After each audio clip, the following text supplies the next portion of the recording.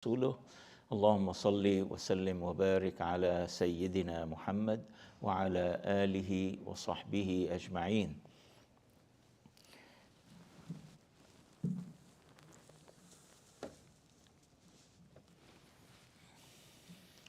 So I welcome you all, and I'm honored to join you in this session. Inshallah, more people will come, but we have to start on time. 10 minutes late. I usually do not wait. The topic today, when we speak about the will and inheritance, it's a very complicated, so you have to be patient with me. But I promise you that I will clarify any issue in your mind. So, like every 5 minutes I speak, I will open the floor for questions before I continue, because each area I talk about, if it is not clear, then you will not understand the next step. So we'll do it this way, inshallah.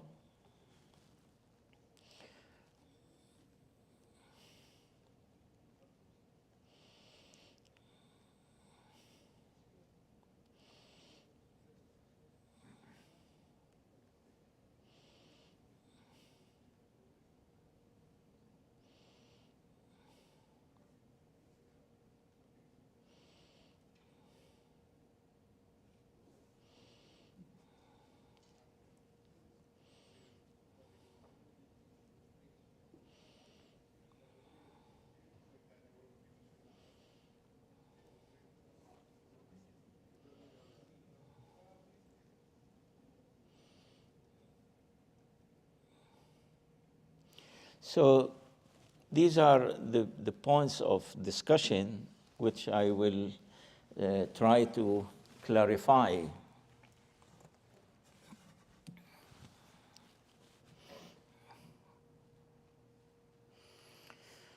Most likely, these are some of the questions people ask, and they try to find an answer to it. What is an Islamic will? And who should do it? And why should I make an Islamic will?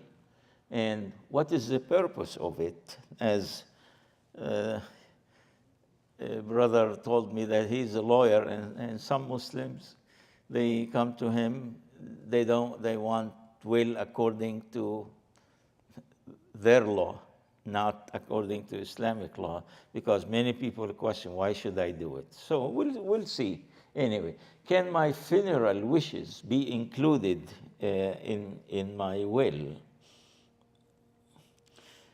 Who will be my executors? This is a critical issue in the will, is finding a suitable executor who will take care of your wishes, whether you want to choose a lawyer or you want to choose a family member or a friend. It depends. Whether you have big things, then you really need a lawyer to handle that. If it is simple, then you can assign a person whom you trust, which we will talk about it also. When can I amend or revoke my Islamic will? And of course, from now, I tell you that you can, as long as you are alive, you can amend or revoke your Islamic will. So the Islamic will, just in case if a person died. But as long as I'm alive, I can control my will, I can change it, I can cancel it. There's no problem with that. But like if you are doing it with a lawyer, then you have to do it with the lawyer if you want to cancel it. If you want to change it, you go to the lawyer and say, I want to amend my will. Can my Islamic will be challenged? Like one of your inheritors, he challenged your will and said, this is wrong, I want. I was not included, I want. No, it cannot be challenged. Government cannot interfere with that. Once it is registered, no one can challenge your will.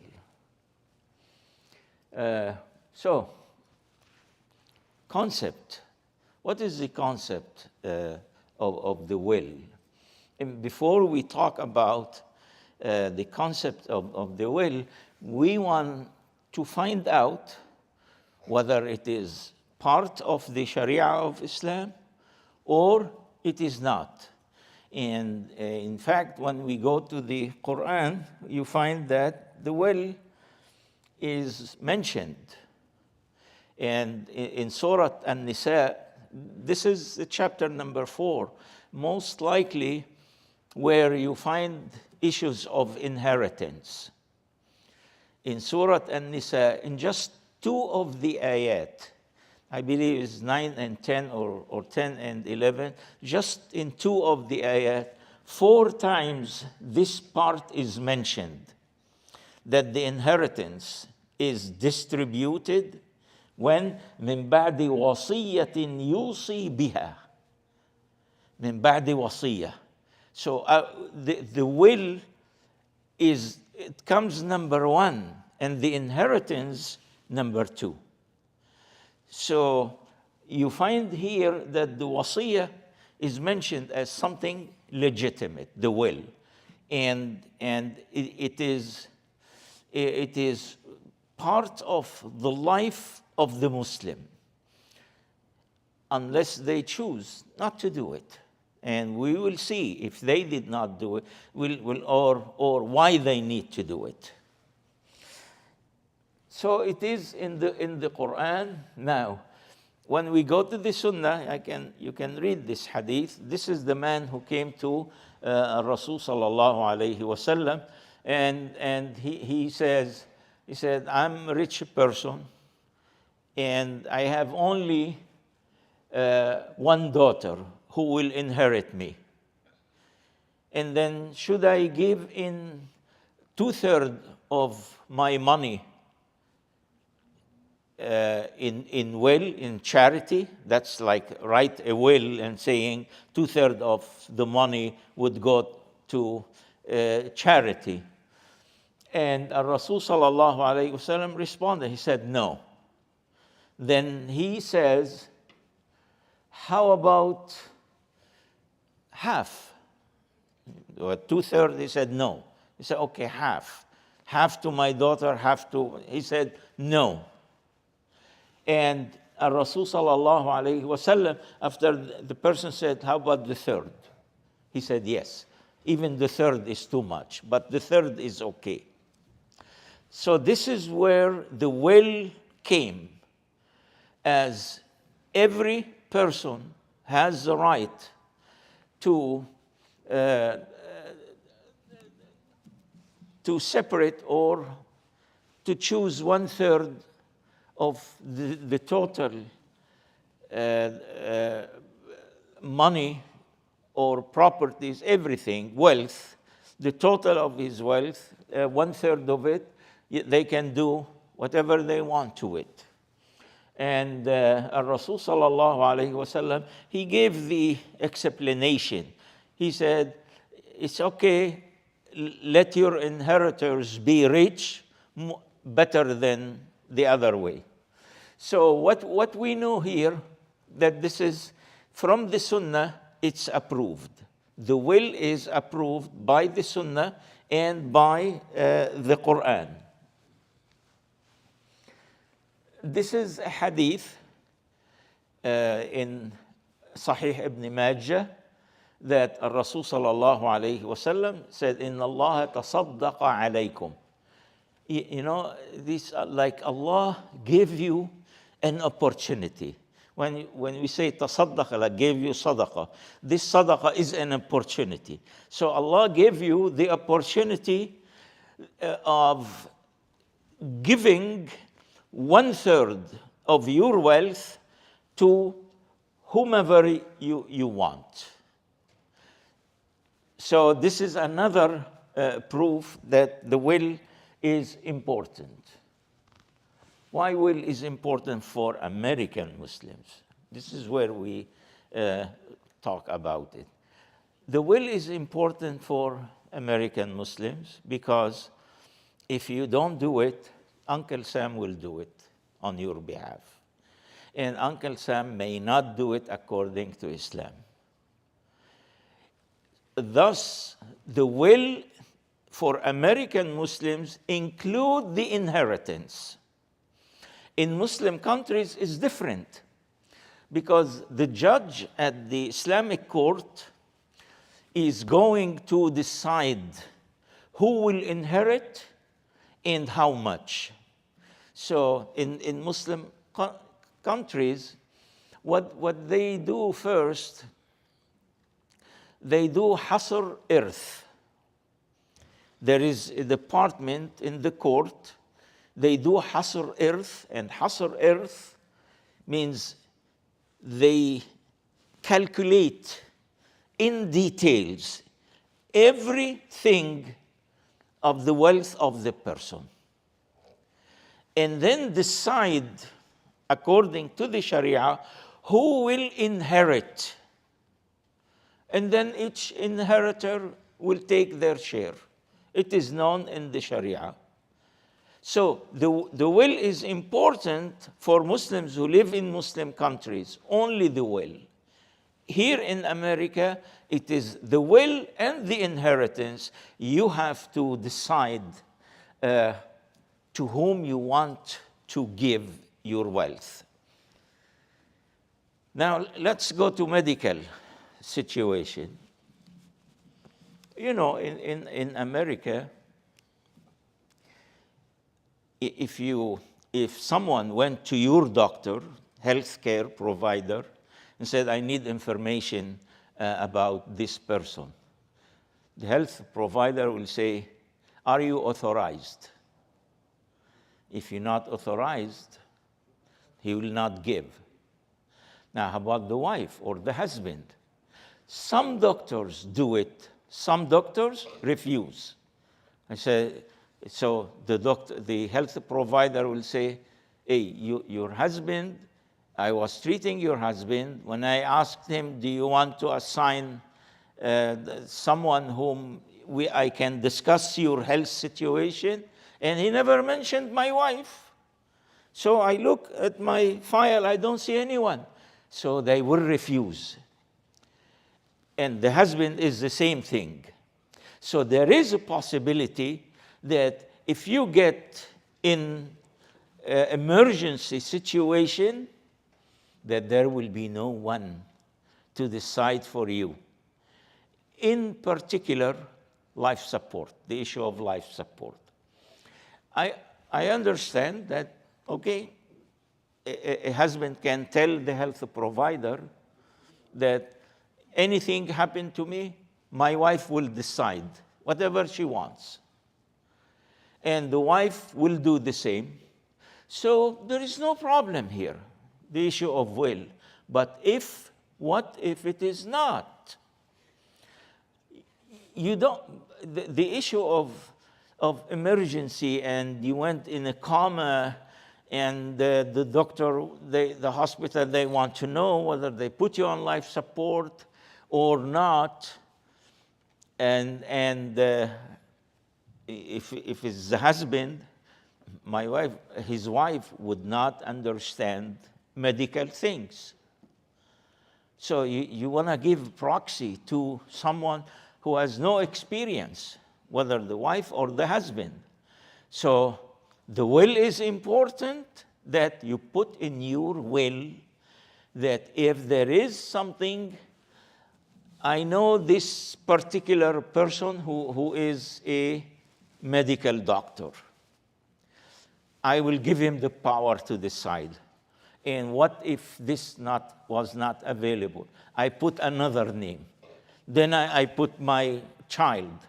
The reason is those people are expert in health, and they know better how to decide your situation, whether you want to end up on life support for 2-3 years, because once the person is hooked to life support, that's it.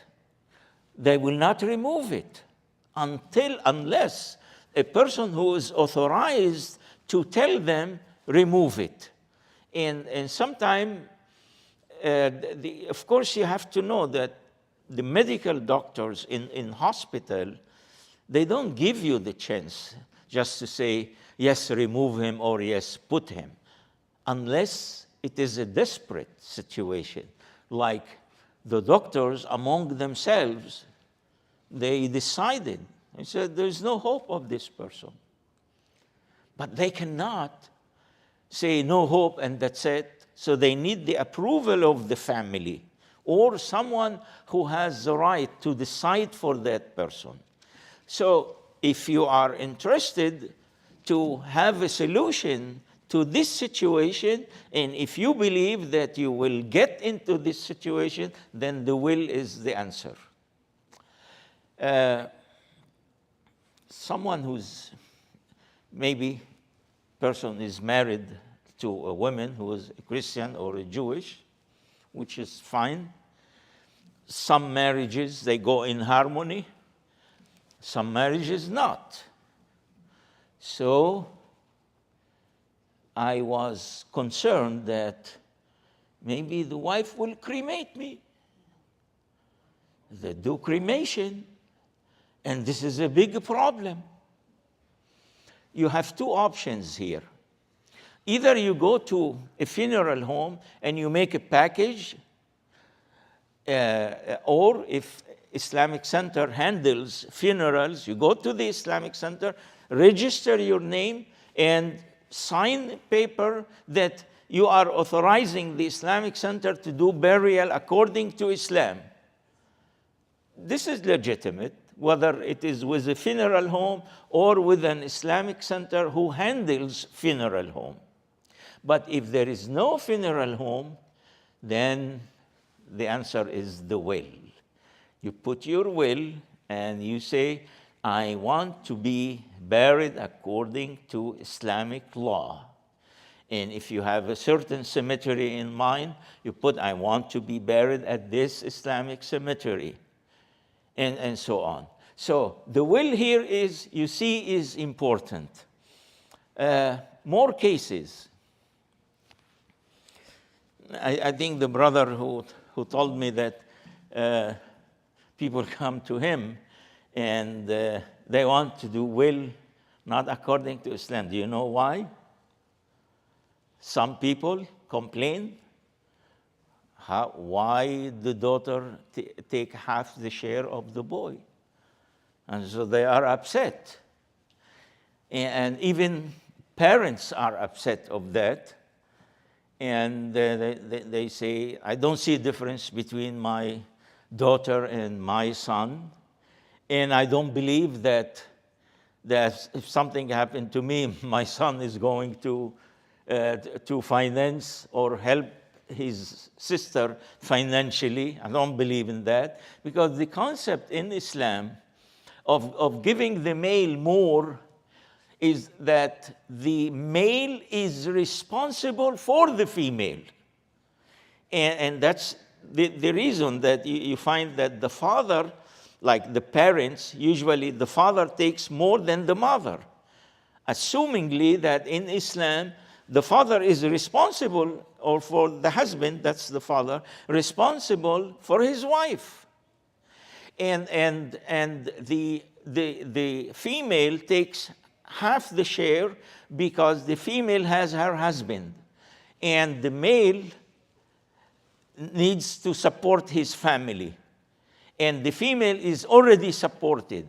Now, that thing is not really that much the case in America, where everybody supports everybody.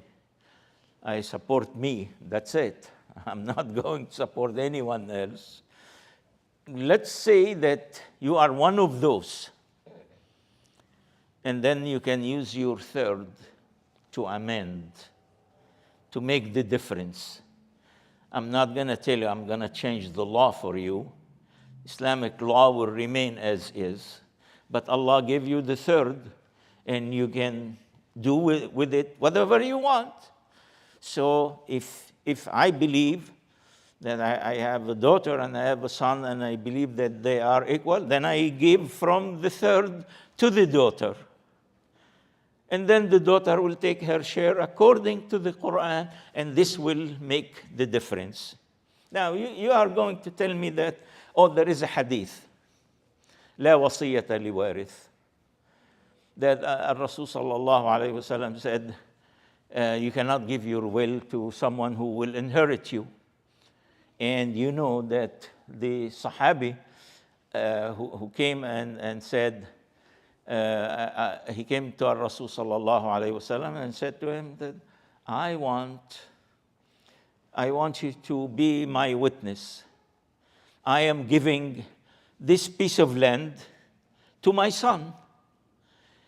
And Rasul sallallahu alayhi wasallam said, did you give all your children the same? He said, no. He said, I don't want to testify on that. So the fuqaha took it as this, but it's not a clear cut. So in Egypt, for example, they do recognize the will given to an inheritor. They do recognize it. So some countries, they do recognize, some countries do not recognize. So here, if you believe that someone who will inherit you should not receive from your will, then do it during your lifetime and give them what you want. There is also another case, a child who's handicapped, and you cannot really say, I don't want this child to take same as other children, because he's special need and he needs more money. I give him from the will. Or during your lifetime, you can set up a special fund for that person. Other cases, the wife, the mahr. If you are aware, today they said they do marriages, the mahr is diamond ring. That's it. So if you look at the share of the wife, it is a little bit. It's not, it is eighth. If there are children, the wife will take 1/8 of the inheritance. It is little bit. And also, she lives in the house. And the house is in your name. And you are afraid that you die, the children will get her out of the house. The will is the answer.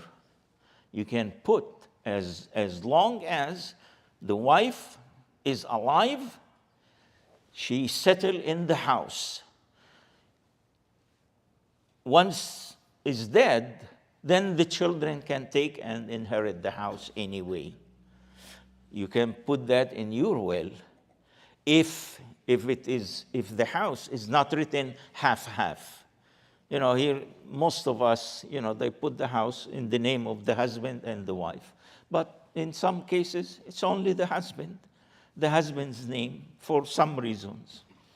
And the husband needs to be concerned about this particular issue. Now, you tell me, I trust my children. Don't trust them, okay? Do your job.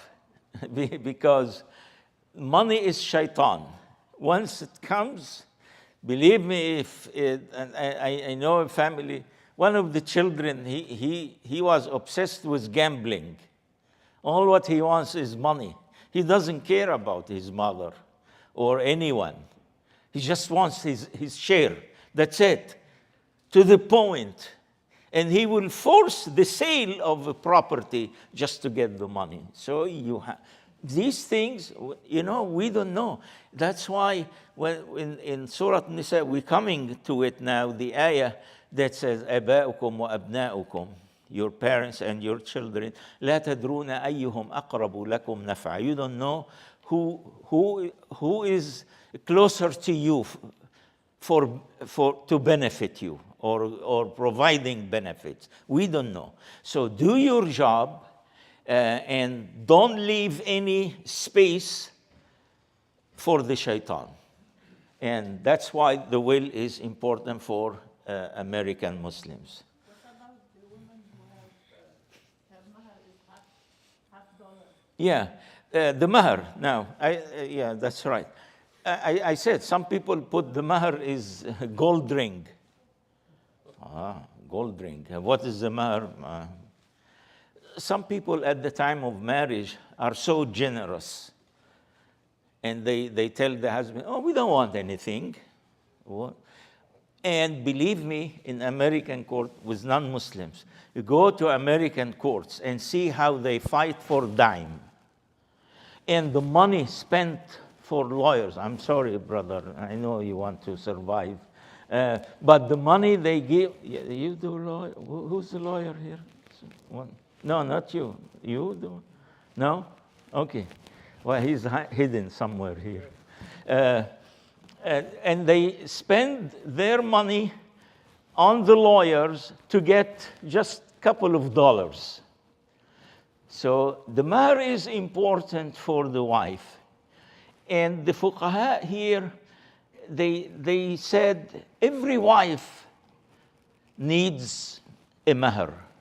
And if the mahar is not mentioned or it was symbolic, then we go for mahar al-mithl. What is mahar al-mithl? Mahar al-mithl is like we look at the sisters of the wife. How much average of mahar? We look for the aunts.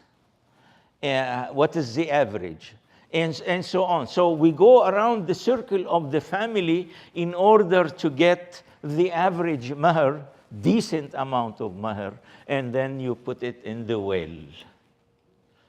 So the wife is gonna get her mahar from your well, or not from your well, from the whole wealth.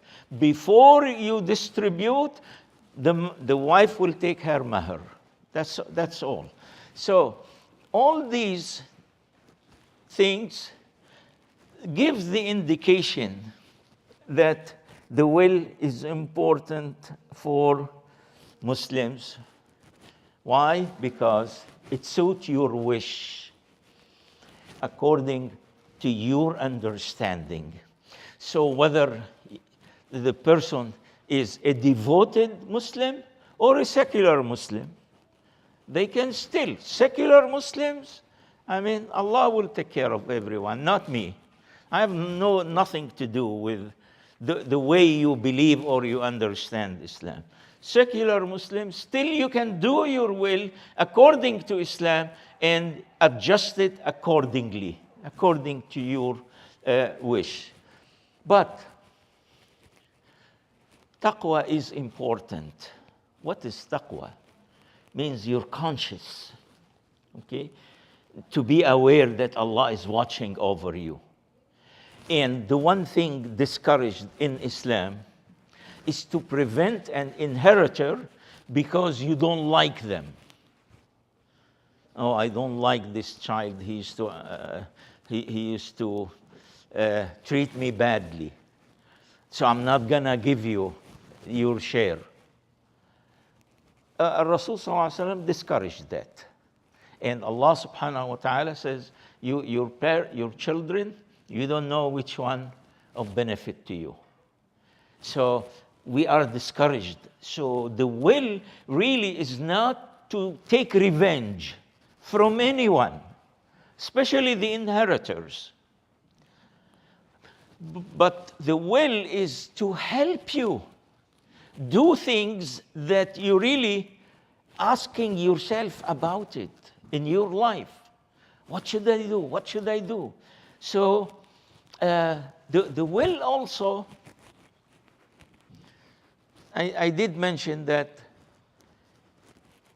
okay, you can do, if you say, okay, husband and wife, they went to the lawyer to put their will, and they said, if I died, the husband says, if I died, my wife will be the executor, and she will does everything for me.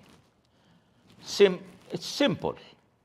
The wife will say, if I died first, the husband is going to be the executor, and I don't need to put any details, because someone who's alive will handle these things. Yeah, just a minute. But what if both died? See here, health proxy is important, where both of them need to assign someone to be on their behalf, to take the right decision about life support and this and that. And when it comes to the will, they need to do something, details. I have, look at this. I have a bracelet, and I have 3 daughters. If I left it to them, they will fight and say, oh, this is from the smell of my mother, I want it. The other one will say, I am the oldest one. And the other one say, I'm the one who used to take care of my mother. They will fight, and they may become enemy. Imagine for a bracelet, for a ring. Huh? So the will, now here, both of them, they need to make a will in details. Everything you have, you need to write it down and say, I want this to go to this child, and this to that child. I have a bracelet, I have ring, I want the ring to go to this daughter, the bracelet to go to that daughter, and so on. So they put details. But let me tell you, what if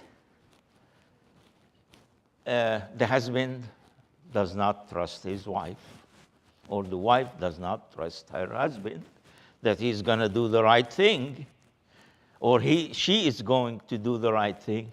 Then you need 3 wills, whether in one document or more, or no, it doesn't matter.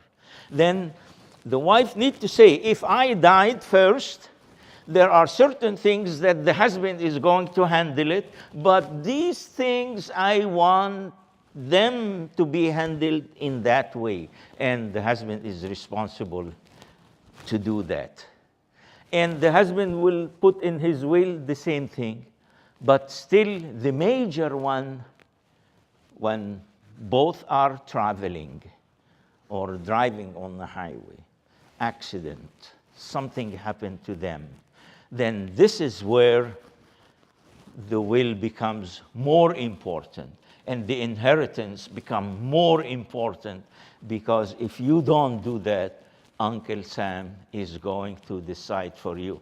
And I tell you, I know the government, American government here, most likely they will give to the family. Don't understand me wrong, but it may take 3 years to do that, if not more. So, and they will assign someone, and they will pay him from the inheritance. And so everything is done. There are expenses. They will take it from the inheritance. And but when there is a will, it cannot be challenged. Things will go smoothly. Now, let's go to questions.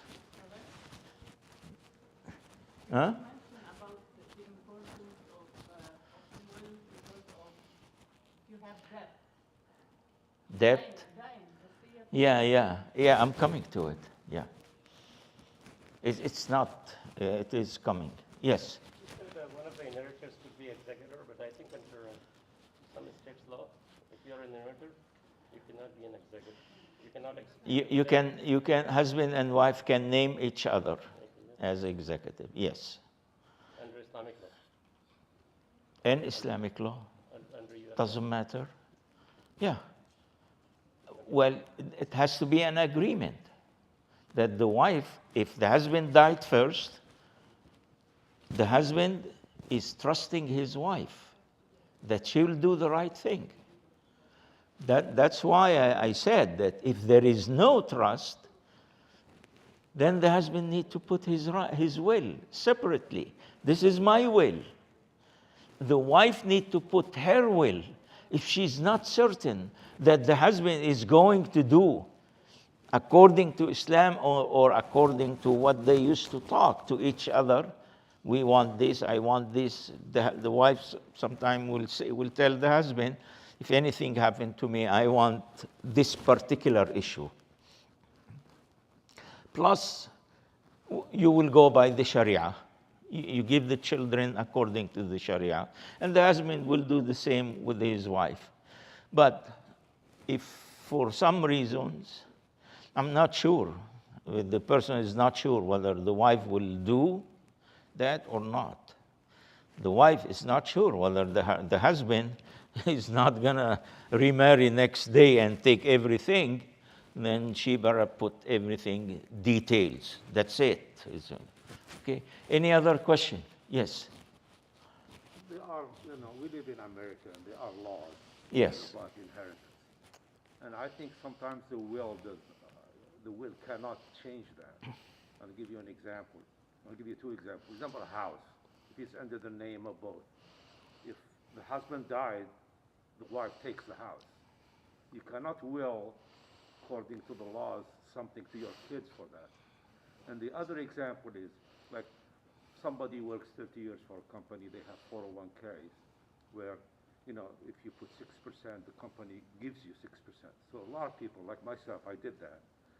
But the 401k, according to the laws of 401ks, I cannot do anything with that money except with the approval of the wife. Okay, let me tell you. In the beginning, I did mention there is simple and there is complicated. If it is simple, you do it with a notary public. But if it's complicated, you need a lawyer. Now, so what we do in this case, I write the will, I put everything what the couple wants. Then I give it to the lawyer. The lawyer is going to go over it and discuss it with me and with the couple. What is accepted and what is not. And it is the lawyer's job to put it in a language that is accepted by American law. And alert the couple that there is an item cannot go according to their wish. There is an alternative. He'll give them the alternative and help them choose a suitable one. So everything is acceptable as long as an expert is approving the will and saying that it goes with the law. There is no problem. Then the law cannot do anything. Okay? Any? Yes. I understand there is like 34 different possibilities of inheritance, 34 different cases, and Allah Alam, you can elaborate on that, please. And in about 30 cases, the female gets more than the male. Only in 4 cases, the male gets more. And if all the 40 cases took place at the same time, they will exactly get equal inheritance. Please Okay. As I told you that everything has a solution, but as we will see later, whatever mentioned in the Quran, it needs to go accordingly. And once you know in advance what to expect, then you can change according to your understanding by involving the will. Because the will is 1/3 of the wealth. And 1/3 is a big amount of money, and you can play with it the way you want to suit your understanding. Okay? We will get more as we go. Yes. Yes, go ahead. I really appreciate that you having this lecture for us tonight because it seems that we lack in a lot of information about this. My question is, you mentioned earlier that in the United States you have to include your will and your inheritance. So Yeah. in the will, can we, as simple as that, we mentioned that my inheritance will be divided to my inheritee according to the Islamic Sharia law and will be granted in the U.S. government? As simple as that. Yeah, that's fine, but if who will tell the government what is Sharia law? There are different mazahib.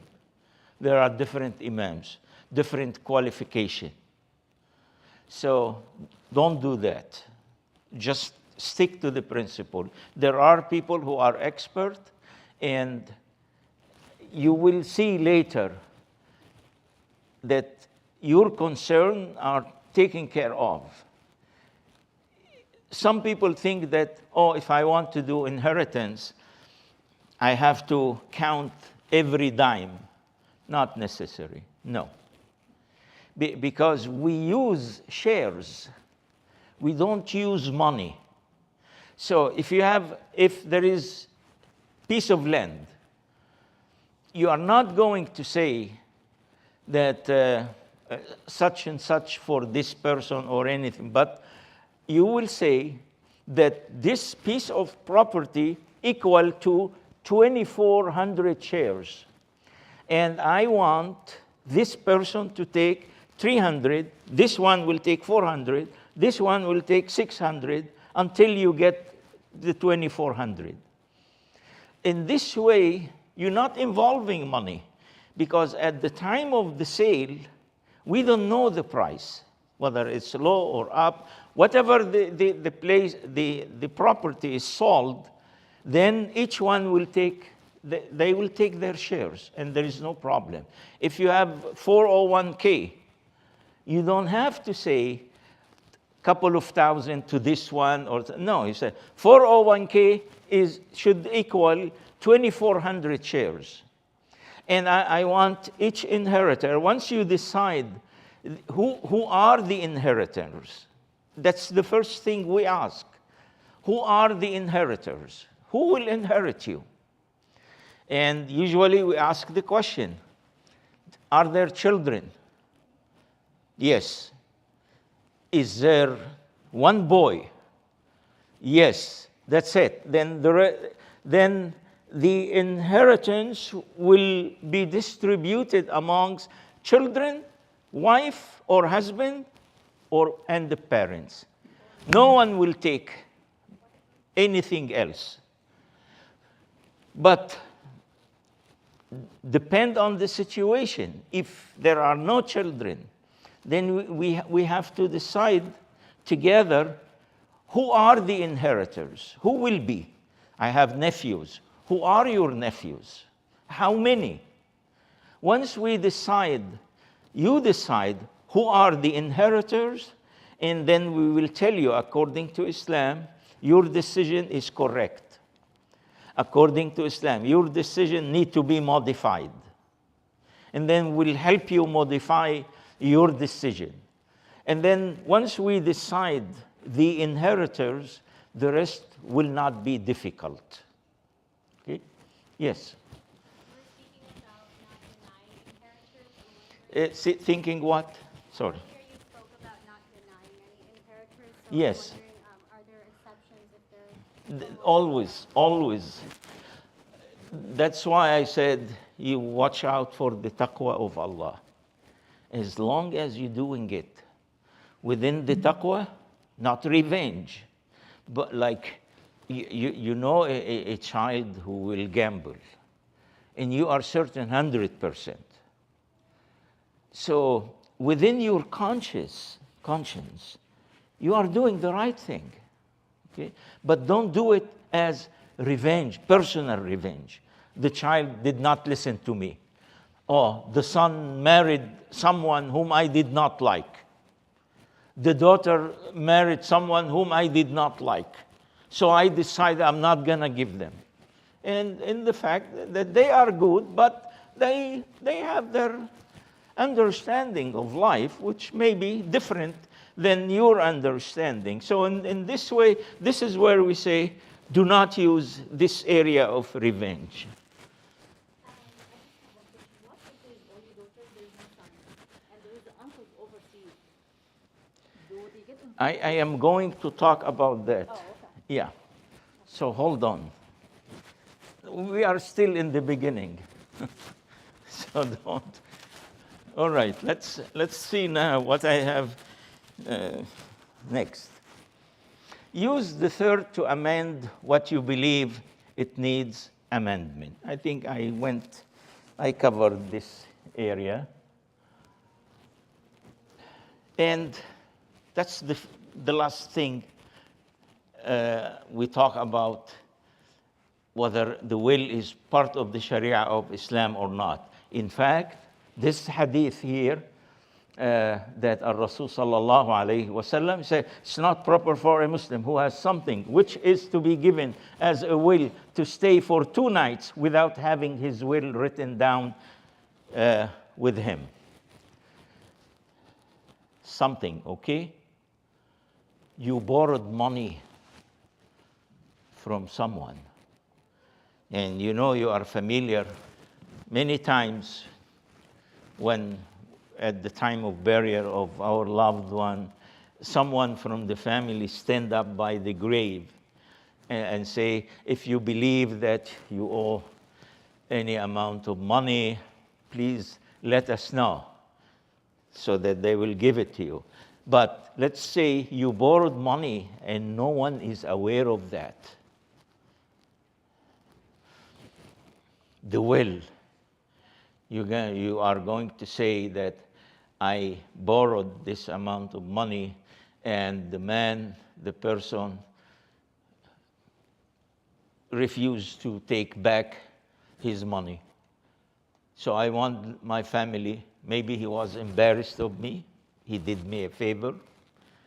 I want the family to give him the option that this amount of money is paid as debt. So this is where Rasul sallallahu alayhi wasallam said, if you have something in mind, if you are questioning your mind, what if that thing happened?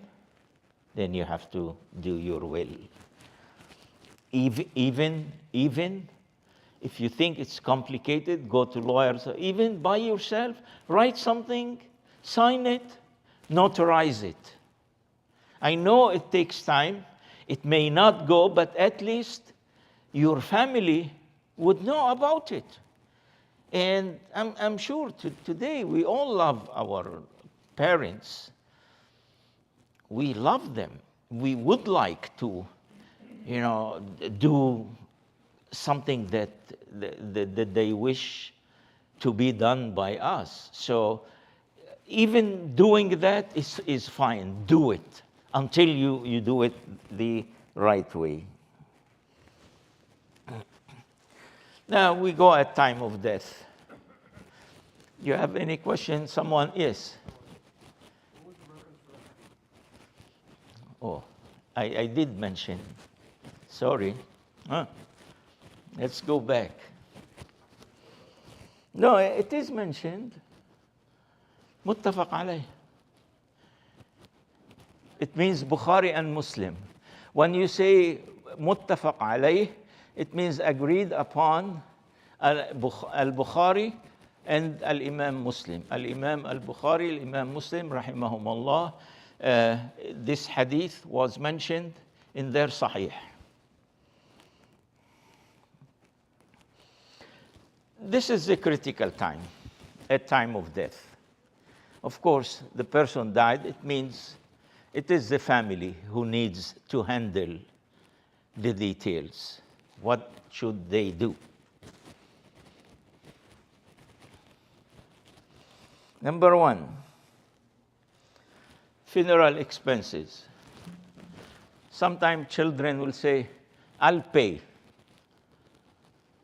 It is advisable that the person who died finance himself and not leave it to anyone.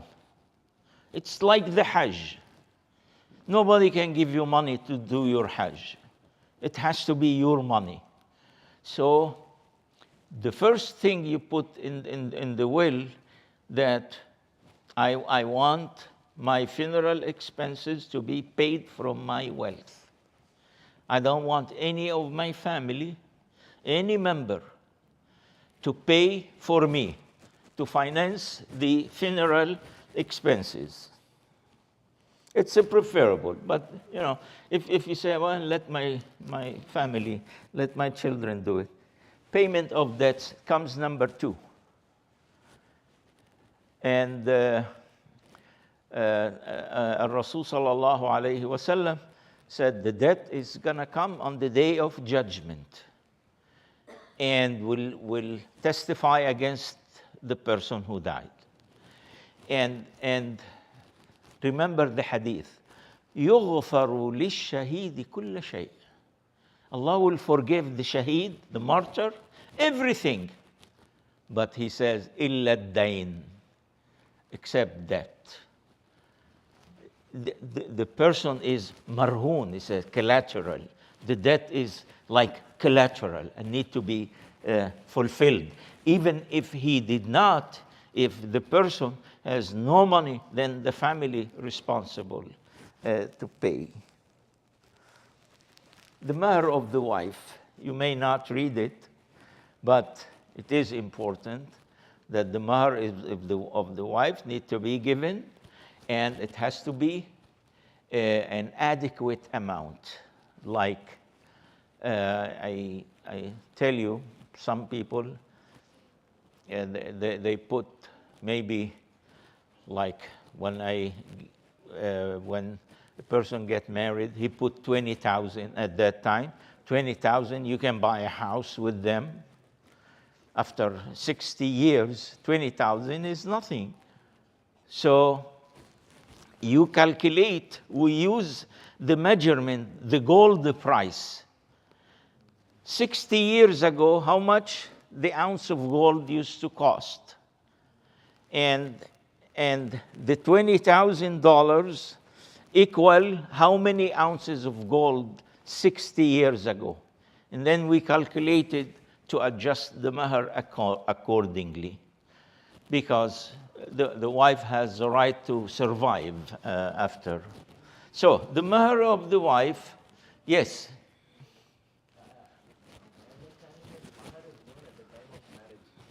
Mahr not due at the time of marriage unless it specifically was mentioned that this mahr is not postponed, immediate. And muqaddam. And in this case, it is worse. It's the same. Because if it's not paid, then it needs to be paid. But if the mahr was paid, then we are okay.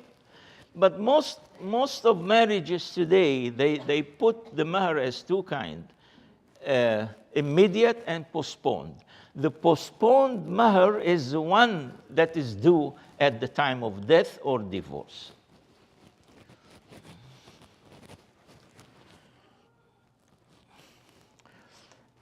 Execution of the will. That's what we do. And then distribution of remaining estate amongst the inheritors according to the Sharia.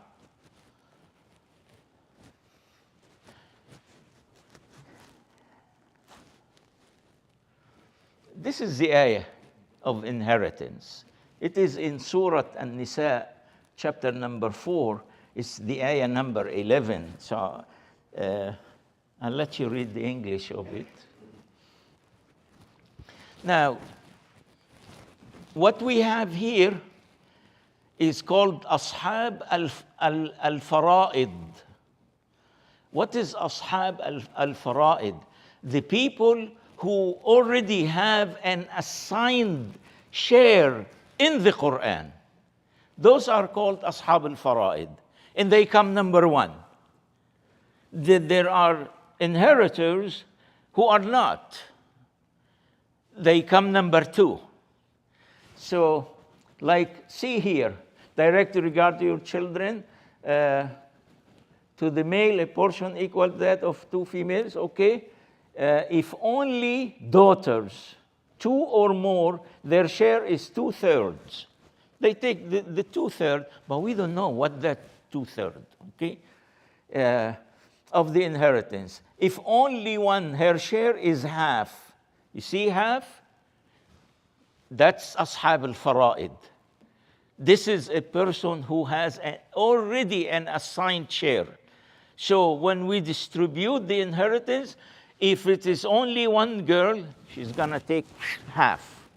And that's it. Then we deal with the rest. Okay. For parents, a 6th share of the inheritance to each. Those are Ashab al-Fara'id. They already given 1/6. Yes.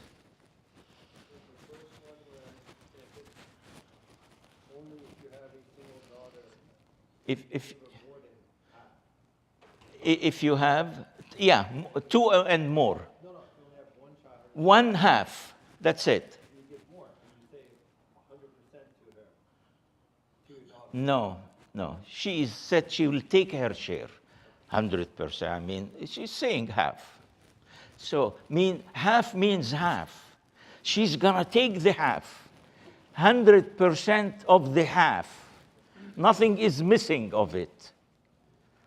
All right? So once we pay that, pay this, pay that, pay the will, and then we come to the inheritance. There's only one daughter. You say, okay, she's going to take half, and then we will deal with the rest with other people. So, because her share is already mentioned. Parents, 6.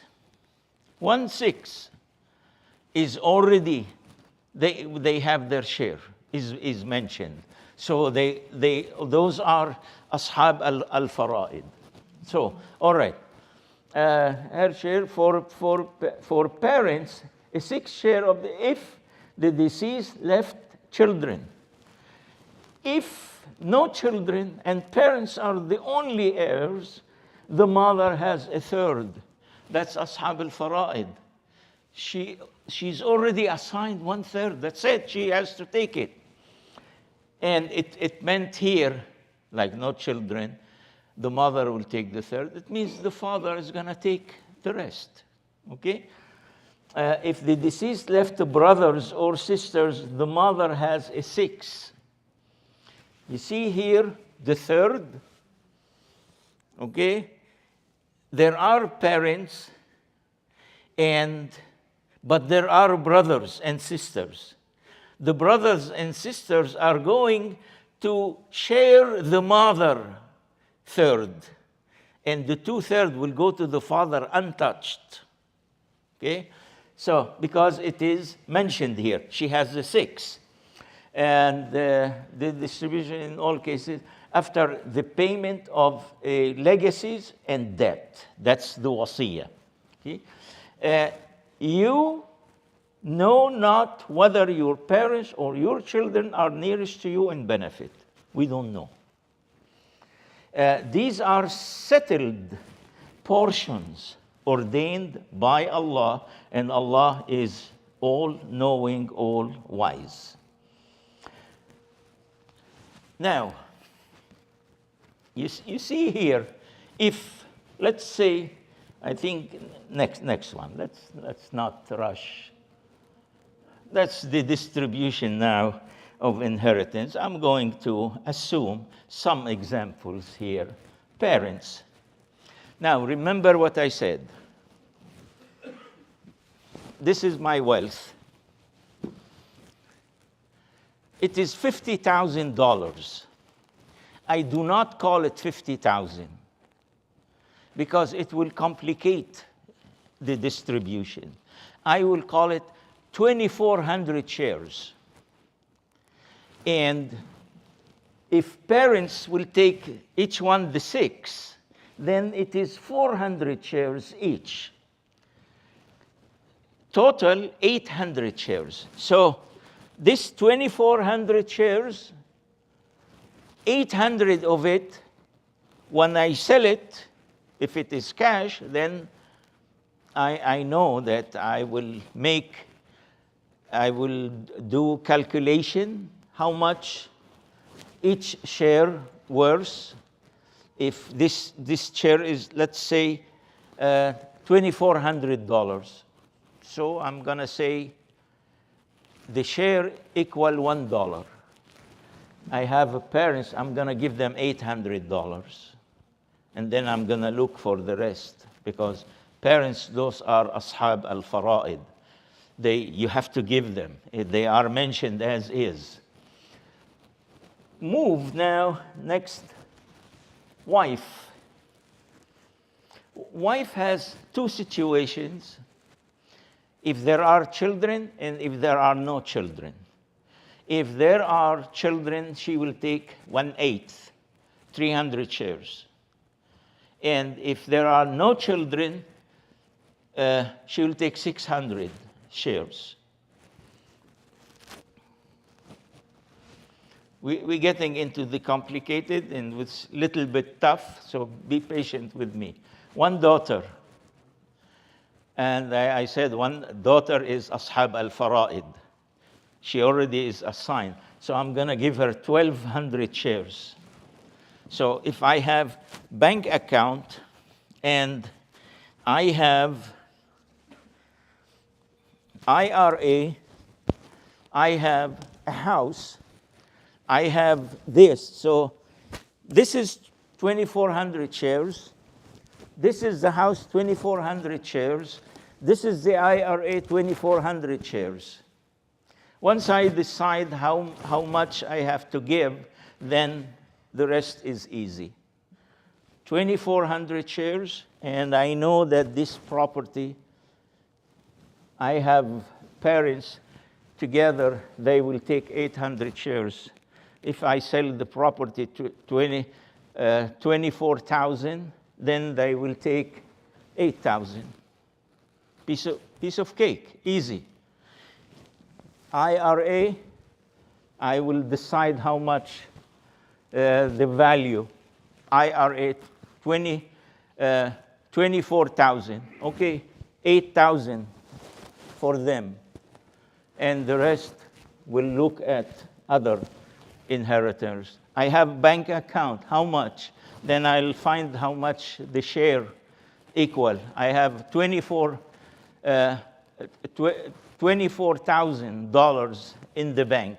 Then I give the parents $8,000 their share. And then I give the rest accordingly. This is where you need an expert to help you with the distribution.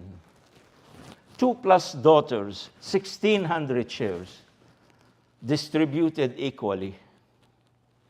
If there are only daughters, nothing but. But if there are children, mixed sons and daughters, all right, I'm going to give the parents 800 shares, I'll give the wife 300 shares, and the rest is distributed amongst the children. But we have to pay attention. Double, okay? The share of the male is double than the female. And this is your job, when you do your will, to adjust, to give to whomever you believe that they will not really be dealt justly in this way. Because the issue of the Sharia is like principles. As I told the sister, nothing concrete. There are exceptions. Yes, there are exceptions. So the idea of the Sharia is Allah is helping us. There are areas in life that's very difficult for us to understand. So in some of the verses in the Quran, you read, Wallahu ya'lamu wa antum la ta'lamun. Allah knows and you do, and Allah knows better than you. So in Islam, the issue is not, oh, this is 15 centuries ago, and it's old system, and we need, look, Islam is flexible. If we are flexible, and if we understand Islam in a flexible way, you can still apply the Sharia with no harm and without violation the Sharia.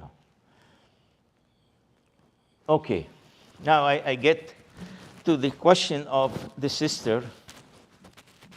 Sometimes, like, we distribute to the inheritors. Someone died and had children.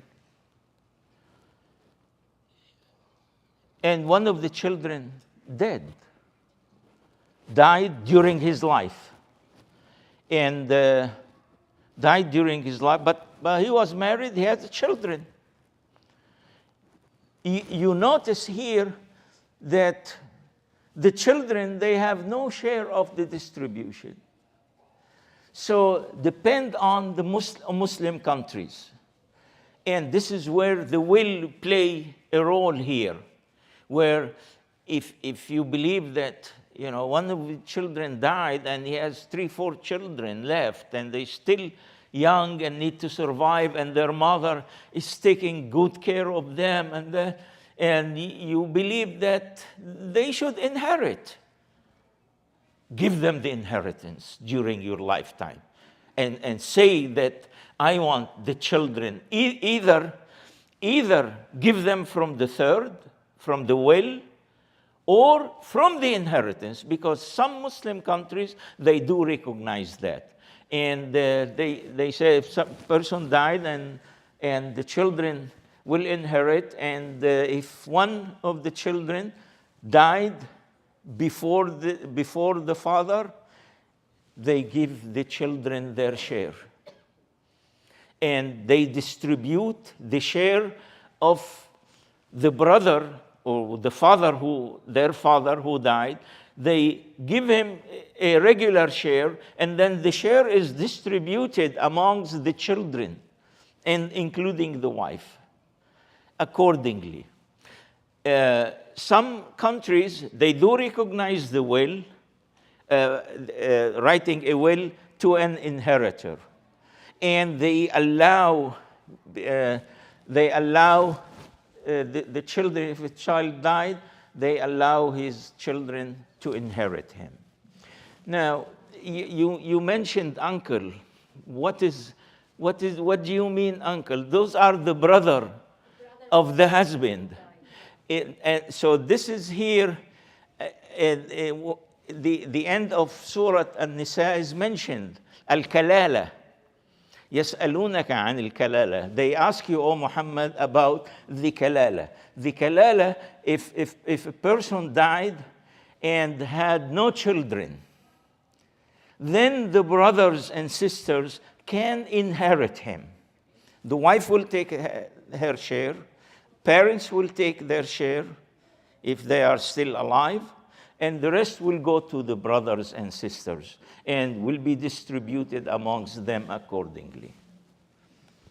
Okay, so I'm going to stop here and see the rest of the questions.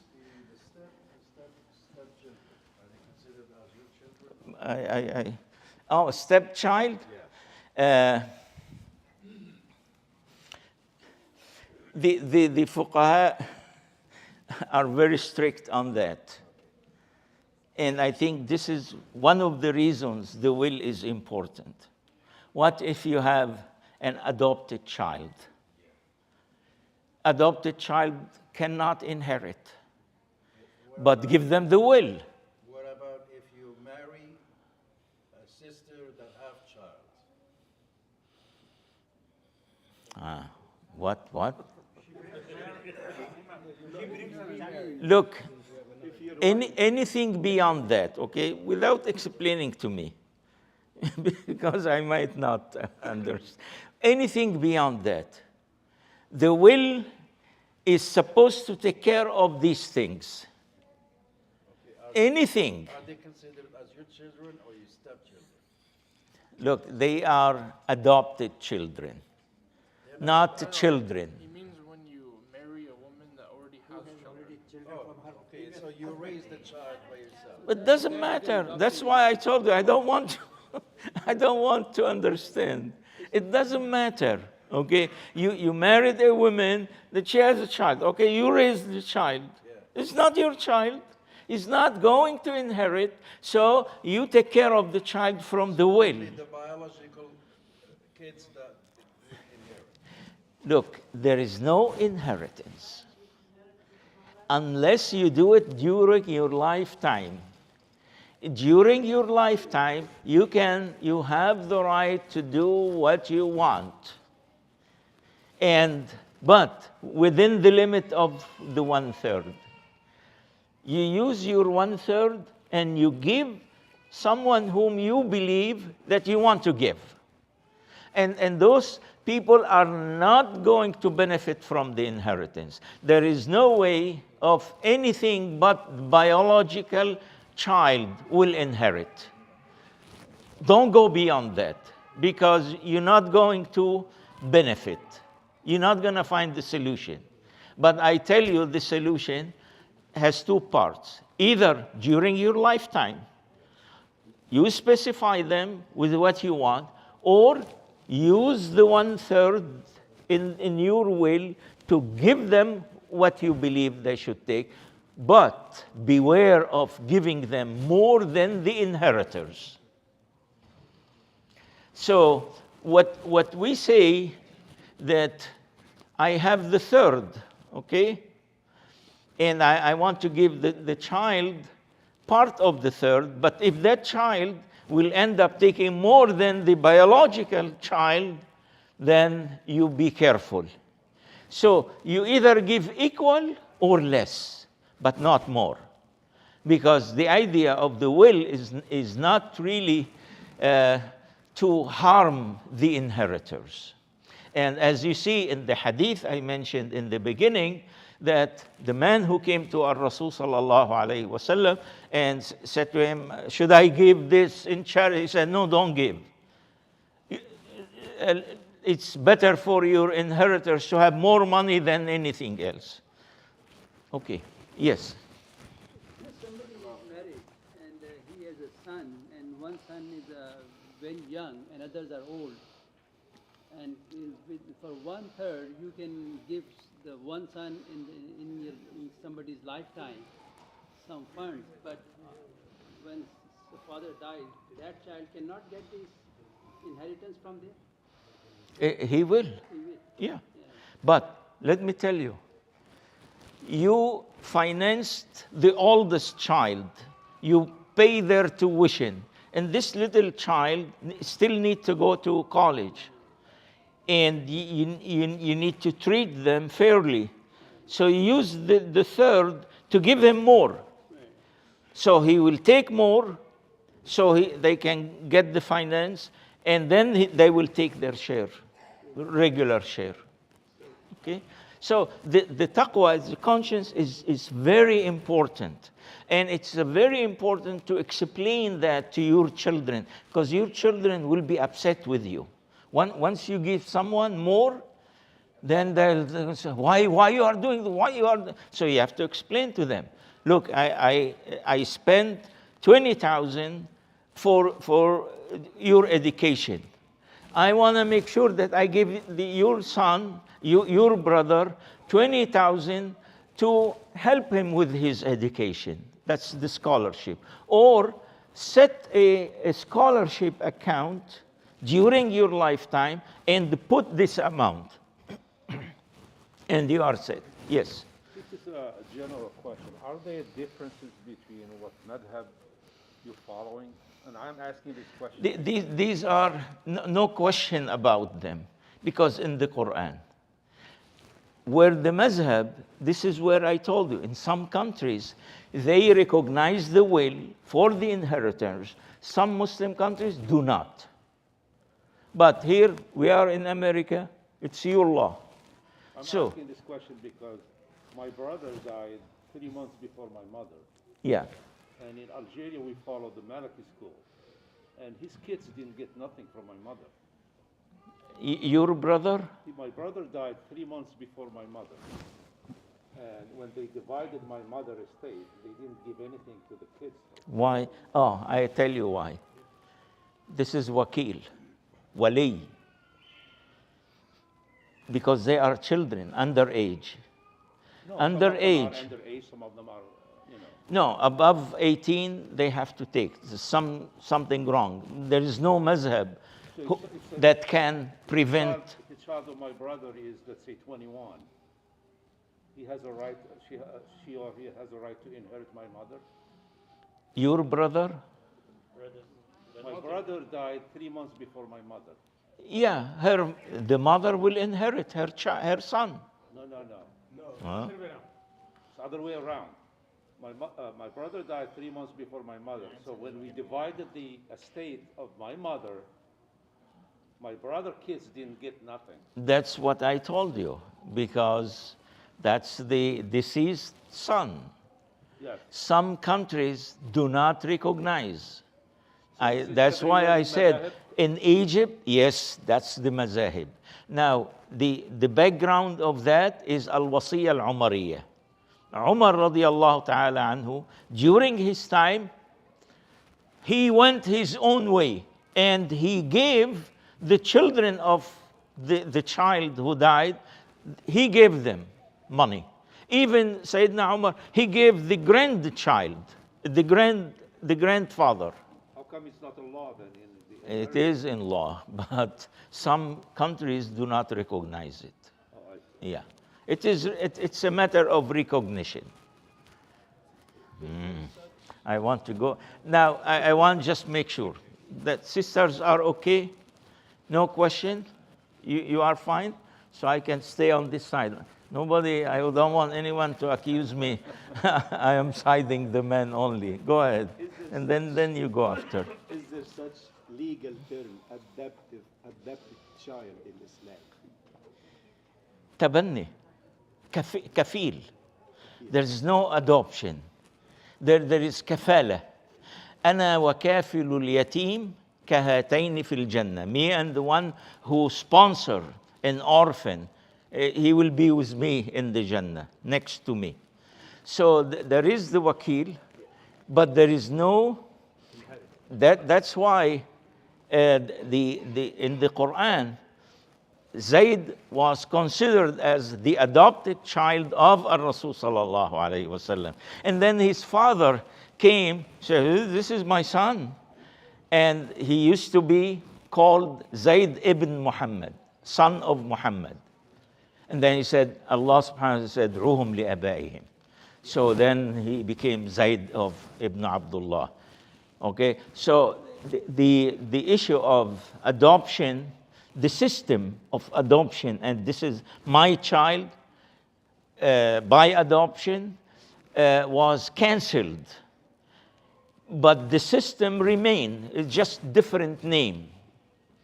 Zayd was like in the service of the Prophet sallallahu alaihi wasallam. Yeah. He was serving. But no, he used to be known as his son, adopted son. And they used to call him Zayd ibn Muhammad. So he was his adopted child. And they say when you go to the idea of Zayd marrying a woman, then divorcing her, then Rasul sallallahu alaihi wasallam, he married her. He said that Allah subhanahu wa ta'ala wanted the people to know that this kind of things is abolished. Yes. And I'm sorry, you're not supposed to give him our name. If you adopt somebody, he should continue. In America, that's the system. So what you do, you want to adopt child, and in America, I said you have to give him your last name. You adopt a child, you give him your last name. Once the child is here, you have to write a special will about him. But that violates Islam, actually, because Islam said ادعوهم بآبائهم. Look, it's fine. Once you get him and he grow up, he can change his name. Go to the court, change his name, and say, I am this. Okay? So the law is flexible here. But for some reasons, the law wants you to understand if you adopt a child, he's going to be your child. You are responsible before the law for the child. Okay? So it is a system. But it does not mean that, oh, I cannot do it. No, I'll do it, but I'll do it differently. Once I get the child, I'll do things according to the Sharia. Yes. I know we are doing this one third to do the checks and balances of the daughter's money and all these money, right? So what's the right way to spend it? Are we going to spend the entire one third by doing the checks and balances, for giving more money to the parents, to one of the kids? We'll talk about